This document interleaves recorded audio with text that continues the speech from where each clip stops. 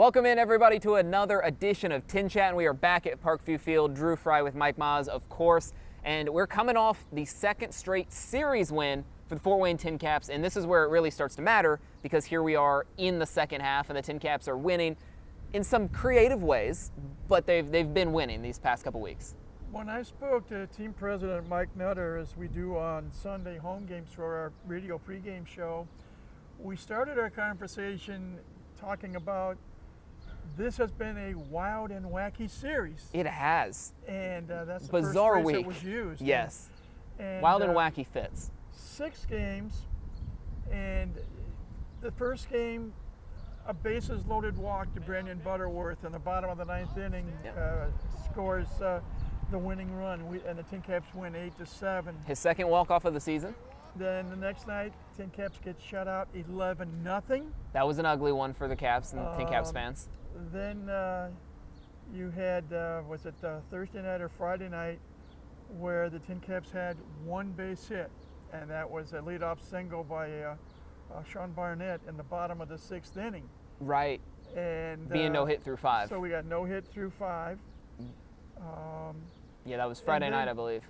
And then 2 big wins on Saturday and Sunday, and Sundays was a heart-stopping, hang-on-to-your-life type of win. Right. The TinCaps at one point had a 7-1 lead going into the 7th inning.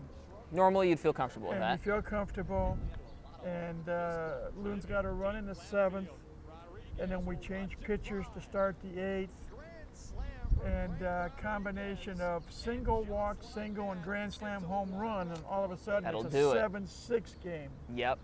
That'll get the heart rate going. We get a key insurance run in the bottom of the 8th to go up 8-6, and how important that run turned out to be. It mattered very much. Because Great Lakes got a run in the 9th. They had the tying run on base. They had the lead run on base. And finally, ground ball hit to third. And our newest player, Mr. Jackson, not only a good player, a smart player. Yes. Well, he was playing third base, and he took a hard hit ball and raced to the bag for the force out for the final out of the game. Yeah, he's contributed coming up from Class A. So there were 2 games that the TinCaps won 8-7. Game 1 and Game 6 of the series. The 2 Great Lakes wins were both by shutouts. Yep. One of them was a 1-hitter. Yeah. And they scored double digits in one of those.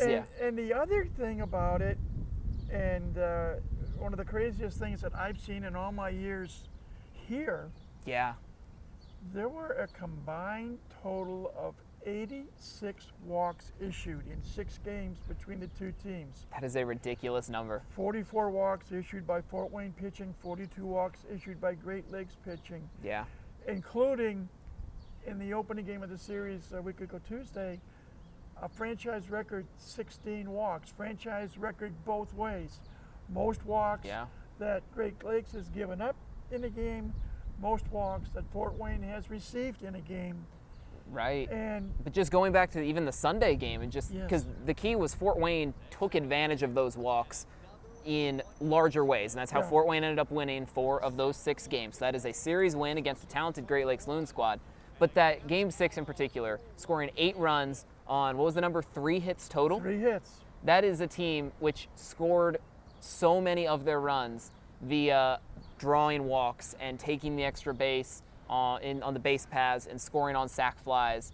I mean, we've talked about it before, but just being able to manufacture runs. The TinCaps showed that they can certainly do that. If you're on Great Lakes side, you got to be kicking yourself looking and being like, we held them to 3 hits. How do you lose that ball game? Great Lakes has a lot of talented players. I mean, it's the Dodger way, if you will. Right. And it's an outfield of all top prospects in Great Lakes. And they have a handful of players, and just there for their leadoff hitter, Kendall George. He's a left-handed batter. A lot of speed. Explosive speed. He reached base leading off the game, the first 5 games of the series, and would score a run in that first inning. Yeah, we were discussing this. Great Lakes scored first in every game. 6, every game in the first inning. In the 6 games combined, the Loons outscored Fort Wayne 10-1 in the first inning alone. In just that inning. But Fort Wayne was able to win 4 of those games. So that's 4 comeback victories for the TinCaps this past week, if you want to look at it from that scope. And, you know, we look back. You and I talked last week about, on the previous week, the TinCaps as a team, batted .293. It was a solid week last week, with yes. 18 extra base hits. Right. Over in Dayton. This past week, the team batting average fell to 186. That's 31 hits and 167 at-bats. My goodness. With only 7 extra base hits. We've talked about the bats needing to wake up and find some consistency. They didn't this week, but still found ways to win ball games. And yet, and I'm going to talk briefly because I don't know how many people know this, but there is a TinCap that's going to get to play in the Futures game. Yes, that just was announced today, as we're filming this. And that's the talented 18-year-old shortstop, Leo DeVries. Yes. DeVries in this series with the Loons was 5 for 18. He played all 6 games. 2 of his 5 hits were doubles. The other 3 were singles. He scored 2 runs. He drove in 4 runs. Including one of the most important ones. And he walked 8 times. Yeah. 8 times drawing a walk. He's seen the ball very well, which is what I'm sure. That's what San Diego has to be hoping for. I mean, obviously, I know the organization's going to be looking at stats. You have to look at stats to an extent, but from a purely developmental standpoint, San Diego is probably looking back at Leo DeVries now and very happy with what they're getting out of him. Regardless of the numbers, his average on the season still isn't great, but right now you can tell that he's seeing the ball coming in. He knows what pitch he likes, he knows when to swing, and he knows when not to swing, and that is especially important in today's game. He had the game-winning hit on Saturday night. Could have been a walk-off home run if it had a couple feet more. He missed a home run by less than 2 feet. Yeah. He smacked it off the wall in right center field. And he jumped on the first pitch in that at-bat. And Andy Yakima and I described the swing yesterday as majestic. A big league swing. We have seen glimpses of greatness from DeVries so far this season. Yeah. Also, we have seen occasions where it's obvious that he's just 18 years old. That's the thing. You have an 18-year-old playing in high A. You're going to get the great, you're going to get the struggles. He has a knack for rising to the occasion when it is needed. Yes. And on Saturday night, he did. And it's not the first time he's done that this year. And I will admit this. I actually initially called that hit a home run. Then we saw the ball come back onto the field, and the crack video production team here at Parkview Field, we got to see a replay on the monitor, and it showed that it did hit off the top of the wall. Less than 2 feet is what he needed to have cleared the wall, and it would have been a game-winning 3-run homer. Still, it was a game-winning single. It was a walk-off. And it was a winner. Yeah. Yes. It counts the same in the final standings. So again, his series gets 5 hits and walks 8 times and knocks in 4 runs and scores a couple of runs. So again, he's scratching the surface. He is. He had the great start of the month of April when twice he was the Midwest League Player of the Week and he was the Midwest League Player of the Month. And then things tailed off a little bit, and now he's getting more of a rhythm back. And I'm really anxious to see the newest edition of the TinCaps. Mentioned him a few moments ago, Ryan Jackson. Yes. Who, you talk about drawing walks. Jackson led the California League in walks accrued before his promotion with 55. That's something this TinCaps team now has in strength, is the ability to draw walks, which is interesting because we've got DeVries who's doing it, Jackson. One guy we certainly have to talk to. We got to talk about Rosamond Verdugo, known more for his power swing right now, but my goodness, he is getting on first base without swinging a lot. But we talk about Ryan Jackson. He played 2 games in the series with Great Lakes in left field. Primarily a shortstop. He's played shortstop, he's played third base, but Lucas Ray put him in the left field twice. And the first time he put him in the left field, he made what some people could have called an ESPN caliber catch leaping up against the wall in left field, taking an extra base hit away. I'm not sure if it would have been high enough to get a home run. Right, but at the very least. He least. took an extra base hit away from a Loon hitter. And he had the sharp mental play Sunday afternoon to end the ball game on that sharply hit ball to third with runners at first and second. And using his head, why throw across the diamond when you take 3 steps, tap the bag? Exactly. And good night, Gracie. End it without having to worry about a throw being wide or a pick not being made. Yeah, you just beat the runner to the bag and you're good. So with the addition of Jackson to the roster, all of a sudden you have got not 1, not 2, but 3 players who can play shortstop and play it well. Don't forget, Brendan Butterworth came up as a shortstop. That's his natural position. He's been playing second base. That's his natural position. He's learning to play second base. DeVries, I believe Leo has played second base once this year, primarily shortstop everywhere else, or DH. And now you got Ryan Jackson that can play short, can't play third. Guess what? He can play in the outfield. Yeah. So that gives Lucas Ray flexibility. Yes, you can move guys around the diamond, pinch hitters can come in, and you can shuffle. You know everyone's comfortable. And this is the amazing part. Sometimes we tend to forget that, yes, the Midwest League is a competitive league, and it's a full season league. You have 132 games on the schedule now. It used to be 140. Right. But it's also a developmental league. Yes. And we talk about Butterworth playing second and short. We talk about Jackson playing short, third, and left. Braden Carpathios this year has played all 3 outfield positions. Jacob Campbell has played both in left and in right. Jack Costello is at first, yes. First base and left field. So now you've got more flexibility. Left field's become a merry-go-round, it feels like, but a lot of it is because everyone can play that other position. So you can shuffle it. Brendan Durfee is primarily a catcher, but he's played a couple of times at first base this year. Ethan Long, one game played third base, which is where he played primarily in college at Arizona State.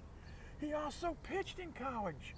So you never know. We talk about Sean Barnett being a two-way player. Exactly, he's pitching and DHing. And a relief pitcher. Now you've got some other options. And that's what's going to be fun, watching in the second half how Lucas Ray utilizes his roster, who he plays, where they play in the batting order. I remember we talked last week, I asked Lucas the question, and he gave me the nice, what I call political answer. Guess of course, what? yes. Basically, hey, I'll decide who plays where and when. Don't worry about it. They're just going to be playing. So I'm anxious to see how things develop as we get into the second half here. As we go along in here in the second half. Yeah, and in the second half standings, we discussed this earlier, but still very early in the standings. But with back-to-back series wins for the TinCaps coming out of that break, and with West Michigan having already clinched a playoff spot for winning the first half, the TinCaps are in second place in the second half standings, but behind West Michigan, which means if the season ended today, which would be, 9 games into the second half, so still plenty of time to go. But the TinCaps are in that pole position.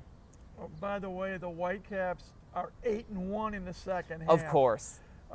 It's amazing the year that they have had. Yeah. Hoosier native Max Clark is continuing to crush the ball there. And Max Clark is another Midwest League player that's going to the Futures game, along with Kevin McGonigal from West Michigan. Yeah, guys that we've seen in this ballpark. We talked about the two of the outfielders, Josue DePaula for the Loons. And Hope as well. Zahir Hope. Zahir Hope, yeah. So you've got some talented players. I believe my cohort, Jaden Taylor, said that there are 8 Midwest League players. 8 Midwest League players at the Class High A level that are going to be in the Futures game. Yeah, and that's not even considering just making his MLB debut this past week was Chase Burns, who was pitching in Fort Wayne against the TinCaps this same season. He's already in the big leagues. We're taping this on Monday. Yes. Tonight, Chase makes his second big league start for Cincinnati. Burns he looked electric in that first one, striking out. He struck out the side against the Yankees, including Aaron Judge. He struck out 5 in the first 2 innings he worked. Right. Trying to emulate Tarek Skubal and what an outing he had last night on national TV against Yes. Minnesota, where he retired the first 13 batters he faced. He went 6 innings, gave up no runs on just 1 hit. And with 13 strikeouts? Walked 1, struck out 13. Yeah. And he struck out at 1.7 in a row. We're seeing some talent at the big league level. And at the Midwest part of the big league level. A lot of local fans really getting in on this action and enjoying it. So Burns is pitching tonight, and I'm anxious to see how the former Dayton Dragon does. Yeah. But it just goes to show you the talent. Midwest League has provided a lot of talented players that have gone on to make it all the way to the top into the major leagues. It has. And that's why we encourage everyone to come on out, because we can truthfully say, if you come to a baseball game here at Parkview Field, at some point, someday, you're going to be able to tell somebody, I was there when so-and-so, whether it's a Leo DeVries, whether it's a Chase Burns. Yep. We can talk about Jackson Merrill. We can talk about Fernando Tatis Jr., amongst Mackenzie others. Gore, Trey Turner, the list goes on. I can go back to 1994 when one Torrey Hunter was a member of the Fort Wayne Wizards. Back with the Twins affiliation. Yeah, and so we've 234 players at one time who have played in Fort Wayne. 234 have made at least one appearance in the major leagues. Yes, and that number obviously just keeps on growing. So you can, that's why we say, come on out, because you can see potential greatness at work. And now, okay, one more shot and we can move on. Oh, of course. We go back to Leo DeVries, that big night in Lansing in April, right, where he went 5 for 5, hit for the cycle. And the walk-off triple. The cycle hit was the 2-run triple in the top, top of the 9th inning that put Fort Wayne on top 15-13. Good thing it was a 2-run triple, because the Lugnuts scored a run in the bottom of the inning. Final score was 15-14. Crazy game. But 5 for 5 with 8 runs batted in. 3rd player in franchise history to hit for the cycle. 3rd player in franchise history to drive in 8 runs in 1 game. Yeah, and it seems like his bat's waking back up again, and the focus is back. And the fielding is getting better. Yes, he has committed, I believe, 14 errors or 15 errors. That comes with the development. But that becomes with development. That comes with maturity. The huge majority of his errors are throwing errors. So as he learns to what I call survey the situation, there will be times he can field the ball, and it might be in his best interest to hang on to the ball and not try to make a highlight play. Some people would call a big play, a highlight play. Exactly. He'll learn that with experience. Oh, of course. That's what this is all about. But as we say, the talent is there. It is. Come on out, see him, and enjoy him while you can. Well, and this is a big week to come to the ballpark because it's another one of these hybrid weeks. It's a bit weird this week, coming in with the 4th of July, but first time in a while the TinCaps aren't going to be playing on the 4th of July. So these first 3 games are at home, next 3 are on the road. And because of that, the promotional schedule takes a little bit of a swing in there as well. I mean, the Philharmonic's setting up behind us already for the start of the sort of Monday festivities. Yeah, they will be playing tonight. That's just the off day for the Midwest League, but the Philharmonic will be here tonight. And if you glance over Drew's shoulder, if you look at the screen, you'll see the stage is being set up at the home plate area. On Tuesday, there'll be the traditional U.S. Foods Family Feast Night. Right. Wednesday is Paws and Claws, so you can bring your animal out here to Parkview Field. Thursday, always a Thirsty Thursday. And then for the first time in the history of Parkview Field, and we go back to 2009, yes, the TinCaps will not be playing on the 4th of July. Instead, and I get to go this weekend. Oh, perfect. We'll be up in Lansing at Jackson Field. And I already told Jaden Taylor, I said, get a load of what's going to happen Friday night, because Jackson Field in Lansing, Michigan has the highest seating capacity in the Midwest League. And for a on 4th Friday of July night, ball game, their attendance Friday night for the 4th of July should go over the 11,000 mark. 11,000. That many people watching TinCaps baseball We've in had person. over 9,000 on several occasions here. Almost all of those times it's been on the 4th of July. This time we can sit back and Jade and I can bring you the action on Yes. radio, and then we can watch the fireworks and not have to move, and we've only got a Right. 3-block walk to the team hotel, as opposed to having to go through the parking jam that's going to take place when it's all said and done. But again, it's another new week. Oh yeah, I think we've got a Hispanic Heritage Night coming up as well. Oh, by the way, next week, the TinCaps are still here at home. Right, a lot of baseball here in Fort Wayne over this 3-week span. They will welcome the Quad Cities River Bandits to town. Quad Cities lost the first half West Division title by 1 game to Cedar Rapids. So they're going to be motivated. And they still have overall the best record in the Midwest League, overall record. They'll be here for 6 games, and one of those nights, the Manzanas Luchadores. Thank you. I was starting to think it, and you said it. Yeah. And on the same wavelength. And that's a scary thought. I'll have to cope with that later. Again, more opportunities to see the TinCaps here in person. Yeah. And not only see the talent that's on the field, if and when you come out to the ballpark, take a step back, if you will, and just observe how this, what I call all-star staff led by Team President Mike Nutter, works. Yeah. From the ticket takers and Kate in the ticket department, you've got the ushers, you've got the different concession stands. There are 4 concession stands here at Parkview Field. I got quite familiar with the concessions last week. That's why we're sitting in the same area right outside the event center where we had Eden, Ohio native eating the ushers, pancakes. Pay attention come bottom of the 7th inning. Tony Desplains, who I've had the honor and privilege of working with since we were known as the Wizards.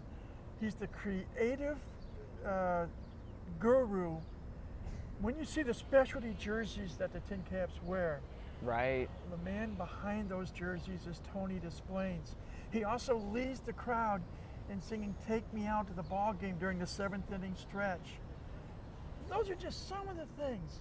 You find out it's not just a baseball game that takes place here at Parkview Field on any given night in the summer. The fan experience. You've got a collection of talented people who work their tails off to hopefully make your experience here at Parkview Field the very best it can be.